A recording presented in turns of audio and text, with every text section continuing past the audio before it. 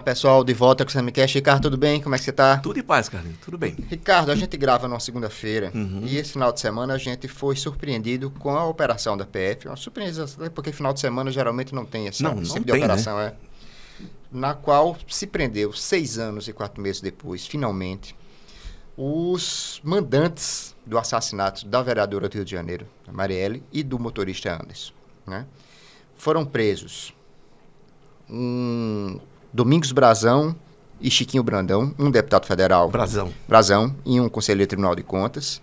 Foi preso o delegado, que era o chefe da Polícia Civil, no início da investigação. Delegado esse que tinha uma certa proximidade com a família da vítima, né? E que estava lá para que o crime não fosse apurado de verdade. E isso tem uma certa relação com o nosso Estado. A gente conversando aqui em Alagoas. Várias vezes, agentes da lei, agentes do Estado, responsável por investigações por investigar crimes, né? Eles estão lá não com essa função, mas com a função contrária. De acobertar, né? De acobertar e fazer com que esse crime não seja investigado de verdade. Isso aconteceu muito em Alagoas já, Ricardo? Você sabe que sim, Carlinhos, é uma provocação, mas vamos lá. Eu acho que a lição principal, no final das contas, e não só para o estado de Alagoas, eu acho que para o Brasil inteiro, é que crime político deve ser apurado pela Polícia Federal. E as razões são as mesmas do Rio de Janeiro, evidentemente, considerando que o Rio chegou ao paroxismo, né, da criminalidade dentro do estado. Veja só, você tem ali um deputado federal, um conselheiro do Tribunal de Contas e um delegado de polícia, que não era só um delegado de polícia, era o chefe da Polícia Civil, alguém que gozava de prestígio e uma certa respeitabilidade, né, ao assumir o cargo, tanto que você viu o Freixo dizendo, né, uma das declarações do Freixo, chorando, né, ele dizendo que, enfim, a primeira pessoa para quem ele ligou foi exatamente para ele, o delegado Romildo. Mas vamos lá. Polícia Estadual, por que é que não apura crime político? Porque, em regra, os policiais, eles têm uma ligação social ou de poder com os políticos. Aqui vamos lá, objetivamente. A Assembleia Legislativa, você tem um caso recente, né, do Marcelo Vitor com os sacos de lixo, né, cheio de dinheiro, no hotel, que era um tenente-coronel da polícia, que virou coronel, né? Aliás, ele era major, foi promovido. Não houve nem abertura de procedimento dentro da polícia, né, para apurar, por exemplo, a reação dele diante do policial federal. O inquérito está lá no Tribunal Regional Eleitoral, detalhado, até onde eu sei, com todos os dados necessários para que se julgue. Mesmo que se inocente o deputado Marcelo Vitor e os policiais envolvidos naquele episódio. Mas a gente tem casos históricos. O caso Silviana. Quem matou foi o pessoal do tenente-coronel Cavalcante, que confessa isso, né? Ele confessa o crime. E quem mandou matar? O senso comum foi João Lira, um dos responsáveis, mas isso nunca ficou provado. Por quê? Porque nunca houve julgamento. Eu acompanhei aquela investigação inicial, enfim, que chegava muito próximo ali do Cavalcante, quando iniciou-se, né? O delegado Flávio Saraiva, né, e o Nilson Alcântara, hoje o secretário de Segurança, e tinha chegado muito perto ali do Cavalcante. No dia seguinte, o Cavalcante vira investigador. Então, essa proximidade de político com polícia aqui é muito ruim. Se a gente faz um paralelo, inclusive, com o que aconteceu no Rio de Janeiro, o tal lá do Escritório do Crime, Escritório do Crime, Liga da Justiça, formado basicamente por policiais. A gangue fardada era o quê? A mesma coisa. Era um fornecedor de pistoleiros para políticos e empresários. Quem tinha dinheiro pagava e levava. Da mesma forma, no Rio de Janeiro, o Escritório do Crime, né, e o Rony Lessa, né? O Rony Lessa era oriundo da Polícia Militar, que passou pela Polícia Civil, né, o chamado Adido, né? Ele e uma leva de policiais que se tornaram pistoleiros a serviço de quem pagasse.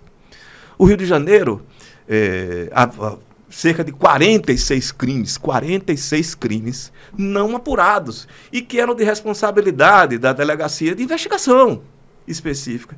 E não se apurava. Por quê? Se apurava o que era interessante para um lado. Quem pagava Você está vendo aqui o Rogério Andrade, semana passada, uma operação, né? Para pegar os policiais que serviam de segurança para ele, 30 e pouco. Todos eles policiais militares. Há uma contaminação, mas é só lá. Aqui não na mesma dimensão, mas a gente sabe que sim, há policiais a serviço de deputados, a serviço de prefeitos, de quem pode pagar. E, evidentemente, isso é um atrativo para esses profissionais, que são profissionais do Estado, né?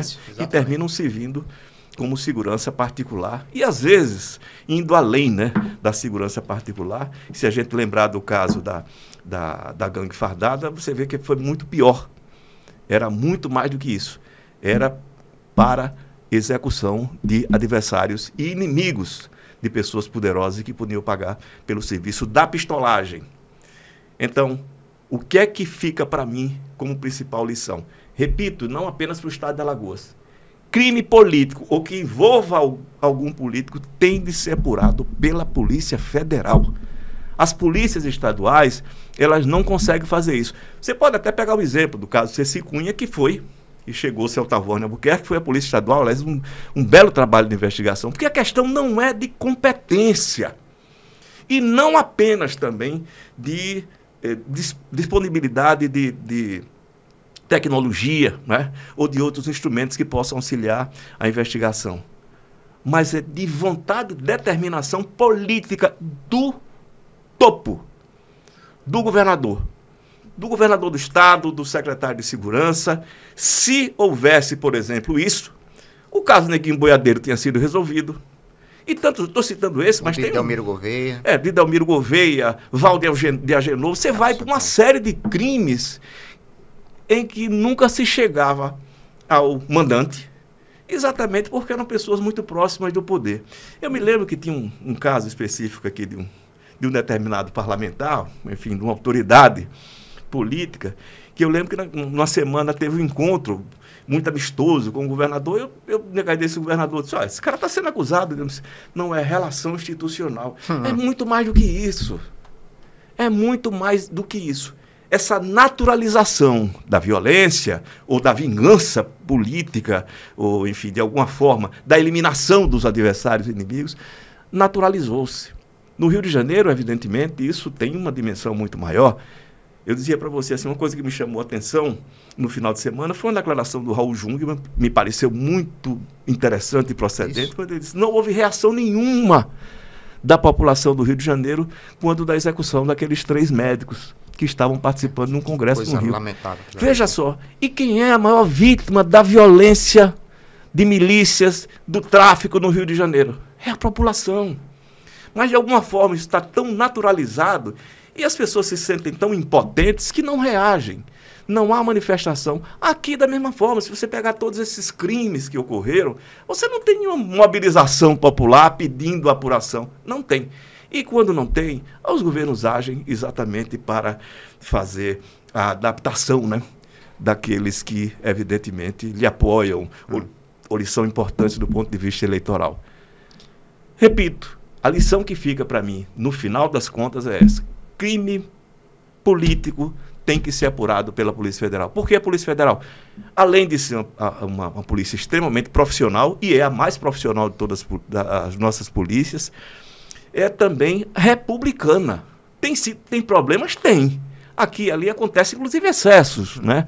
Mas é a polícia que tem dado exemplo de que, trabalhando com o objetivo de apurar um crime ou elucidar um crime, normalmente consegue.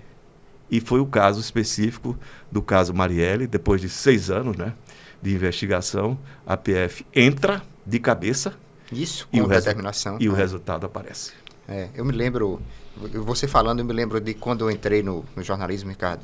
A gente teve uma leva de assaltos a bancos, dezenas de assaltos a bancos, que diziam que era para irrigar campanhas eleitorais. E vai ou não vai, a polícia apresentava uns 5 descamisados, assim, com uns chinelos, assim, como os responsáveis pela quadrilha de... Que roubou milhões. Roubou milhões. O dinheiro nunca apareceu, mas de vez em quando aparecia 5 ou 6. E os policiais dizia-se que... Então, assim, é uma coisa que era corriqueira, né? Era corriqueiro, esse especificamente, mas tem outros também. Eu vou lembrar, se você me permite, um crime que aconteceu recentemente esse ano, né? Aliás, ano passado, com repercussão, que foi o de Estrela de Alagoas. Sim, você sempre fala disso, né? E a polícia, não sou eu que estou dizendo, o delegado do caso e o próprio diretor da Polícia Civil disse que ali é um crime de mando político. Que é de mandante. Parou-se ali também, nós na imprensa não cobramos mais e ficou no acerto ali, deixa para lá, está resolvido, queimou-se um arquivo e pronto, está resolvido. Como no Rio de Janeiro, os tais 43 crimes, sempre está resolvido.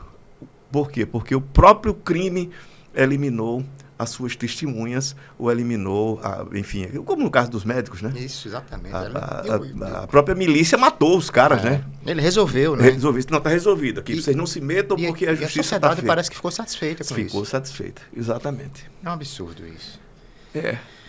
Esse caso do médico me chocou profundamente. Impressionante porque, meu Deus do céu, só estavam tomando uma cerveja, gente. Não tem justificativa alguma. O cara parece com o outro. Impressionante. Ricardo, eu vou fazer logo a dica cultural. E é engraçado a minha dica cultural essa semana, porque eu vim na sequência consumindo muita coisa relacionada à violência. O Ninho, lendo os milicianos, vinha esse negócio da Marielle. E quando acontece isso, geralmente eu abraço uma coisa mais leve, mais lúdica, para tentar, porque é humano, né? E logo após a repercussão do negócio da Marielle, eu vi um documentário que tem na Globoplay, que é do Sullivans e Massadas, né? É uma coisa impressionante, porque eu não sabia a amplitude que essa dupla teve na criação da música popular brasileira da década de 70 e 80. Estou falando de Alcione, a Roupa Nova, do brega a uma música mais elaborada. Esse documentário é delicioso, é feito pelo André Bacinski, jornalista da Folha, e conta a história da dupla e de como eles influenciaram na música. Brigaram, né? Brigaram, depois fizeram as pazes de novo. Uma forma como a música era feita diferente, porque hoje você já ouviu, já tentou ouvir rádio FM? Não faça isso, não. Então, mas eles eram responsáveis por grande parte das canções que tocavam na rádio na época. Então tá lá no Globoplay, é leve, tranquilo, para você dar uma arejada na cabeça. Sullivan e Massadas. E a sua, cara? A minha dica, já que você está falando de música, coincidentemente, eu gosto muito desse disco aqui.